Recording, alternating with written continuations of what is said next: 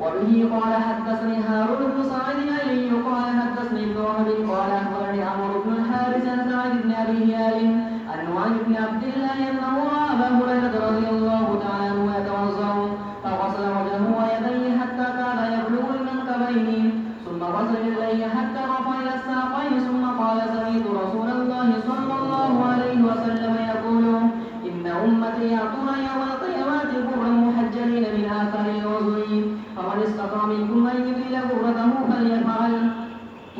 وبه قال حدثنا سويد بن سعيد وابن أبي عمر جميعا عن مروان الخزاعي قال ابن أبي عمر حدثنا مروان عن أبي مالك الأشجعي عن سعيد بن طارق عن أبي هازم عن أبي هريرة رضي الله تعالى عنه أن رسول الله صلى الله عليه وسلم قال إن حوضي بعد من عيلة من عدن إن حوضي أبعد من عيلة من عدن.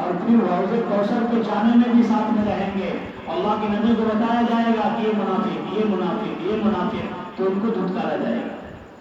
تو قول تیسرا قول علامہ نووی رحمۃ اللہ علیہ فرما رہے ہیں کہ نہیں، اس سے مراد وہ بدعتی ہے جس کی بدعات حد کفر کو پہنچ چکی ہوگی. بدعتی لوگوں کی بعض کی بدعت کہاں پہنچ چکی؟ حد کفر میں پہنچ چکی ہے بعض لوگوں کی بدعت. تو لہٰذا اس سے مراد وہ بدعتی لوگ ہوں گے جن کی بدعت حد کفر تک پہنچی ہوئی ہوگی. چوتھا قول، جن لوگوں کی بدعات حد کفر کو نہیں پہنچی فرمایا وہ مراد ہوں گے. لیکن ان کو دھتکارنے کا مطلب یہ ہے کہ ابھی ان کو پانی نہیں ملے گا، یہ پہلے جہنم میں جائیں گے کیونکہ فسق و فجور کر کے آئے ہیں، تو پھر بعد میں ان کو نکالا جائے گا جہنم کے اندر سے. آپ صلی اللہ علیہ وسلم دھتکاریں گے. چلیے. قالوا یا رسول اللہ تعرفون یومئذ قال نعم. قال نعم. صحابہ نے پوچھا اللہ کے رسول آپ کسی کو دھتکاریں گے کسی کو نہیں؟ کیا ہمیں پہچانو گے؟ کہیں ایسا تو نہیں ہمیں بھی دھتکار دو گے؟ کیا آپ پہچان لیں گے؟ آپ نے کہا نام لکم سیما. لکم سیما کیا مطلب سیما کا؟ سیما علامت، پہچان. سیما فی وجوہہم من اثر السجود ذالک مثلہم فی التوراۃ ومثلہم فی الانجیل. کہ مسلمان صحابہ اللہ کے ساتھی کی علامت ہوگی سیماہم فی وجوہہم، کہ ان کے چہروں پہ سجدے کی علامت ہوگی، نشانیاں ہوں گی کہ یہ لوگ سجدہ کر کے آئے ہیں امت مسلمہ کے. تو کہا سیما علامت ہوگی ان کے لیے. یہ لیست لأحد من الامم، ایسی علامت کہ امتوں میں سے کسی کے لیے نہیں ہوگی. اور تمہیں لایا جائے گا میرے پاس میں کیسے؟ غرًا محجلین من اثر الوضوء، وضو کے آثار سے غر محجل بنا کر تمہیں لایا جائے گا. چلو دونوں جا کر حاضر ہو، ساری تکائی پہ پہنچ جاؤ. ابو هريره وواصل بن عبد الله واللفظ لواصل قال حدثني ابن ابي هريره সকালে আব্দুল্লাহর ভালো নাকি হাজরিরা? হ্যাঁ, সকালে হলে আব্দুল্লাহর ভালো নাকি হাজরিরা? বিকেলে হবে না? বিকেলে হবে না, সাইতা নিয়ে كما يسد الرجل، جیسا کہ دھتکارتا ہے آدمی کسی آدمی کے اونٹ کو ان ابلہ، اپنے اونٹوں سے. اوپر بتایا گھر سے جیسے ہاؤس سے، اور یا اپنے اونٹوں میں گھس گیا کوئی. مان لو ہماری بکریاں چل رہی، ہماری بھینسیں چل رہی اور کسی اور آدمی کی وہاں آ گئی ہیں بکریاں، تو یہ الگ کرے گا نہیں بھائی ہماری بکریوں کے ساتھ ہی دوسرے کی کیوں چلیں گی، ہماری بکریاں بھوکی رہ جائیں گی. تو جیسا کہ وہاں دھتکارا جائے گا ایسے ہی یہاں بھی دھتکارا جائے گا. کھڑے رہو تم جنگلے میں، دیکھ رہے مجھ کو، دیکھو وہ کھڑے ہیں. تعرفون قال نعم لكم سيما ليس في أحد غيركم تريدون علي القرى محجلين من آثار الوضوء. من آثار الوضوء کیا فرمایا؟ کہ تمہیں ہاتھوں کی چمک ملے گی آثار وضو کی وجہ سے. چلیے. وَيَصُدَّنَّ عَنِّي طَائِفَةٌ مِّنْهُمْ فَلَا يَصِلُونَ فَقَالُوا يَا رَبِّ هَٰؤُلَاءِ مِنْ أَصْحَابِي فَيُجِيبُنِي مَالِكٌ فَيَقُولُ وَهَلْ تَدْرِي مَا أَحْدَثُوا بَعْدَكَ. وبه قال حدثنا عثمان بن ابي شيبه قال حدثنا علي بن مسهر عن سعد بن طارق عن ربيع بن هراش عن حذيفه قال قال رسول الله صلى الله عليه وسلم ان حوضي على بعض النهايه من عدل والذي نفس بيده اني لازيد عن الرجال كما اقول کہ میں البتہ دفع کروں گا چند لوگوں کو، کما جیسا کہ دفع کرتا ہے آدمی ابل غریبہ. الابل الغریبہ، ابل غریبہ اجنبی، نیا اونٹ کسی کا جس کو جانتے نہیں پہچانتے نہیں، اپنے پانی کے کنویں سے پانی کے تالاب سے آدمی اسے دھتکارتا ہے. چلیے. قالوا يا رسول الله وتعرفون قال نعم تعرضون علي قرا محجلين من آثار الوضوء ليست لأحد غيركم. وبه قال حدثنا يحيى بن أيوب وسعيد بن يونس وقتيبة بن سعيد وعلي بن حجر جميعا عن إسماعيل بن جعفر قال ابن أيوب حدثني إسماعيل قال أخبرنا وأنا عن أبي هريرة رضي الله تعالى عنه أن رسول الله صلى الله عليه وسلم أتى المقبرة. یہ باغ کے اوپر 3 لوٹے ہیں. تینوں کو یاد رکھنا چاہیے. آدمی کبھی دھوکے میں نہ پڑے کہ یہ غلط بولا ہے فلاں نے. اٹل مقبرہ مقبرہ مقبرہ تینوں لغات ہیں، لیکن زیادہ مقبرہ مشہور ہو گیا. عام طور پہ لوگ بولتے ہیں مقبرہ. مقبرے کے معنی قبرستان، جہاں پر مردے دفن کر دیے گئے. اللہ کے نبی جنت البقیع میں تشریف لائے. محدثین کہتے ہیں کہ واقعہ جنت البقیع کا ہے. اللہ کے نبی جنت البقیع میں آئے اور آ کے وہاں پر آپ نے یہ کہا السلام علیکم دار قوم المؤمنین وَإِنَّا إِنْ شَاءَ اللَّهُ بِكُمْ لَاحِقُونَ وَدِدْتُ أَنَّا قَدْ رَأَيْنَا إِخْوَانَنَا. کیا فرمایا؟ وَدِدْتُ کہ میں تمنا کرتا ہوں اس بات کی، کہنا قَدْ رَأَيْنَا کہ بے شک کہ میں دیکھوں اپنے بھائیوں کو، ہم دیکھیں اپنے بھائیوں کو. ایک تو سوال یہاں پر یہ کہ آپ صلی اللہ علیہ وسلم نے جو فرمایا السلام علیکم دار قوم المؤمنین، جب آدمی قبرستان میں جاتا ہے تو اسے کیا کہنا چاہیے کہ سلام کرے؟ قبرستان کے دروازے پہ جا کے سلام کرے.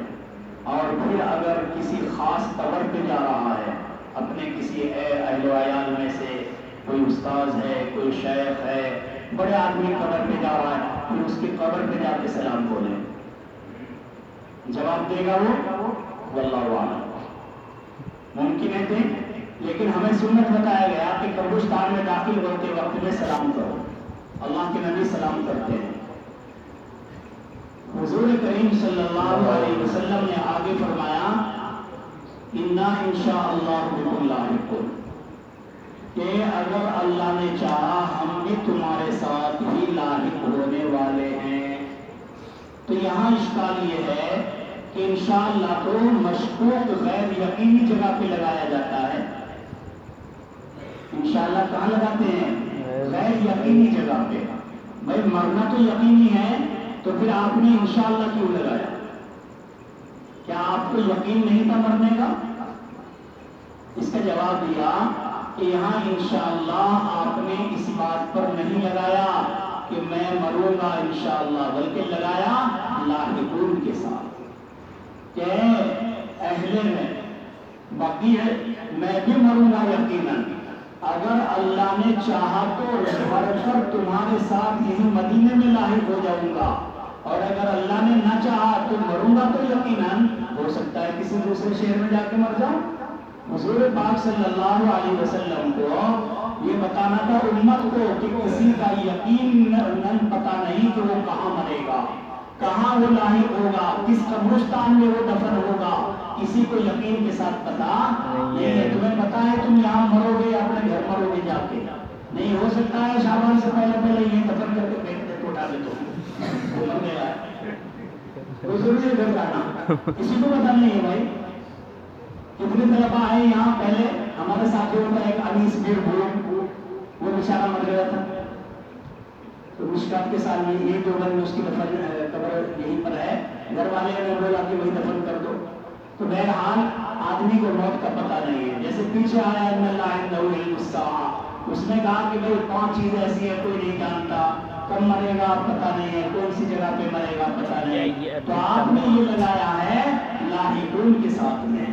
اگر اللہ چاہے گا، جیسے آپ آتے ہو گھر سے، اب ماں باپ کو اگر تم یہ کہہ کے آؤ کہ بھائی دیکھو اگر اللہ نے چاہا تو مر کے تمہارے ساتھ دفن ہوں گا، اور اگر اللہ نے نہیں چاہا تو پھر دفن نہیں ہوں گا. کیوں کہ اگر وہیں پر مر گیا اور پھر آثار اسباب ایسے بنے کہ یہاں نہیں آؤں گا. حضرت مفتی سعید صاحب رحمۃ اللہ علیہ ساری زندگی یہاں گزاری، کتنے بڑے آدمی، لیکن انتقال جا کے بمبئی میں ہو گیا اور بمبئی میں لاحق ہو گئے. سمجھے؟ یہ ہے اللہ کی قدرت. یہ مزار قاسمی میں نہیں آئے، کیوں؟ حالات ایسے بن گئے.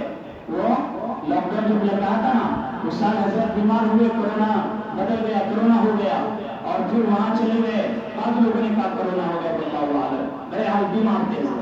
حضرت بیماری میں چلے گئے بمبئی سے علاج، اور وہاں پر رہے رمضان میں.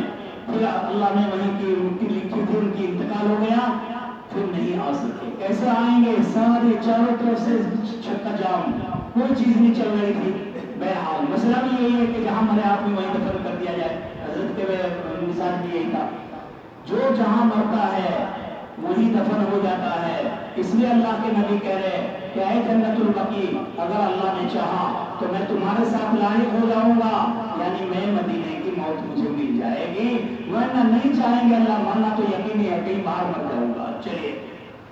وددت إن قبرين إخوانا قالوا ولسنا إخوانا يا رسول الله قال أنتم أصحابي وإخوانا الذين لم يأتوا بعد فقالوا كيف تعرفون من لم يأتي بعد حضور کیا کہہ رہے ہیں کہ میں یہ تمنا کرتا ہوں کہ میں اپنے بھائیوں کو دیکھوں.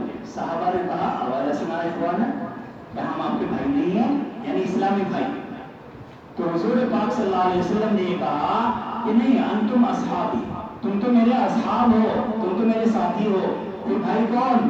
فرمایا کہ وہ جو قیامت تک آئیں گے، قیامت تک آئیں گے، جنہوں نے مجھے نہیں دیکھا ہوگا لیکن وہ میری شریعت پر چلیں گے اور وہ میرے دین پر چلیں گے. انہیں کوئی مجھے برا کہہ دے گا، وہ اپنی گردنیں کٹانے کے لیے تیار ہو جائیں گے کہ یہ میرے بھائی ہوں گے جو قیامت تک آئیں گے. چلیے.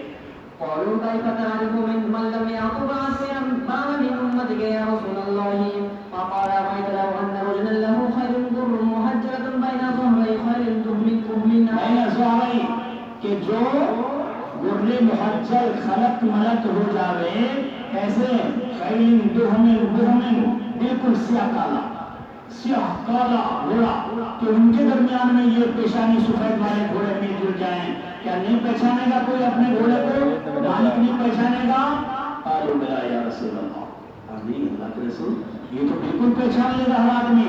قال فإنهم يأتون غرا محجلين من الوضوء، کہا کہ بے شک کہ یہ وہی لوگ ہوں گے جو میری امت والے ہوں گے جو غرے محجل ہونے کی صورت میں آئیں گے. یاتون، آئیں گے وہ غرا محجلین، سفید پیشانی، چمکتے ہوئے ہاتھ پیر آثار وضو کی وجہ سے.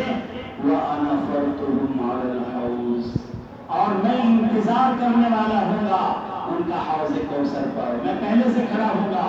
الا، اور خبردار سنو، لَيُصَادَّنَّ رِجَالٌ عَنْ حَوْضِي، چند لوگ ایسے ہوں گے کہ دفع کیا جائے گا ان کو میرے حوض سے. ہٹو ہٹو، کہاں آ رہے؟ بھیڑ میں کہاں آ رہے؟ یہاں تم بھی چلو پیچھے چلے جاؤ. جیسا کہ دفع کیا جاتا ہے بھٹکے ہوئے اونٹ کو، اور میں انہیں پکار رہا ہوں گا الا ہلما، وہ دھتکارے جائیں گے. کون دھتکاریں گے؟ فرشتے انہیں نکال رہے ہوں گے مجمع میں سے.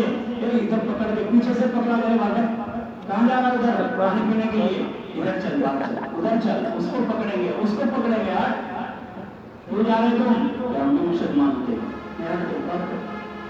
حضور پاک صلی اللہ علیہ وسلم انہیں بلا رہے ہوں گے، ہلما، ادھر آ جاؤ، وہاں کیوں کھڑے تم؟ آنے نہیں دیتے فرشتے. آ جاؤ. فرشتوں کو اللہ حکم دے گا، فرشتے بتائیں گے کہ یا رسول اللہ صلی اللہ علیہ وسلم یہ آنے کے لائق نہیں ہے. کیوں؟ اس کا 15% غیر حاضری میں نام آ چکا، یہ امتحان گاہ میں آنے کے لائق نہیں ہے. سب کے بعد نہیں آنے دیا جائے گا، وہاں کھڑے رہیں گے سب. تم بھی کہو گے اور ساتھی ان کے حضرت ان کو، تو یہ کہیں گے ناظم تعلیمات صاحب، محترم صاحب، کہ وہ نہیں آ سکتے اندر. کیوں؟ اس لیے کہ وہ ہمارے قانون ضابطے سے نکل چکے ہیں. لہذا جو وہاں قانون ضابطے سے نکلا ہوا ہوگا، قانون ضابطہ کیا ہے؟ کامل مکمل اسلام اس کا نہیں ہے، منافق ہے، مرتد ہے، یا بہت زیادہ بدعتیں کفریہ کرنے والا ہے، وہ ادھر کھڑے رہیں گے. حضور بلائیں گے. کیوں بلائیں گے؟ حضور عالم الغیب نہیں ہے.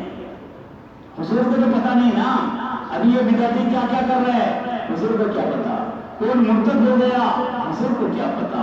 لہذا آپ بلائیں گے، آ جاؤ، ادھر آ جاؤ بھائی، وہاں کیوں کھڑے؟ فیقال، بس کہا جائے گا حضور کو، فیقال، کہا جائے گا کہ وہ بے شک ان لوگوں نے قد بدلوا بعدک، قد بدلوا، کیا مطلب؟ آپ کے دنیا سے آنے کے بعد تبدیل کر دیا تھا دین انہوں نے اپنا. اور یہ حضور کے دنیا سے جانے کے بعد کتنا ہی ارتداد چلا تھا. ابو بکر کی حالت خراب ہو گئی، پریشان ہو گئے، مرتدین کے ساتھ جنگ کرتے کرتے حضور کے زمانے میں تھے تو لہٰذا مرتد ہو گئے، بدل دیا انہوں نے آپ کے بعد میں. اچھا یہ وہ ہیں، ہاں تو جانے دو ان کو. مظالم سہارنپور میں یہ ہمارے استاد تھے، اللہ علیہ کی رحمت کرے، ناظم تعلیمات تھے، معلمہ یامین صاحب.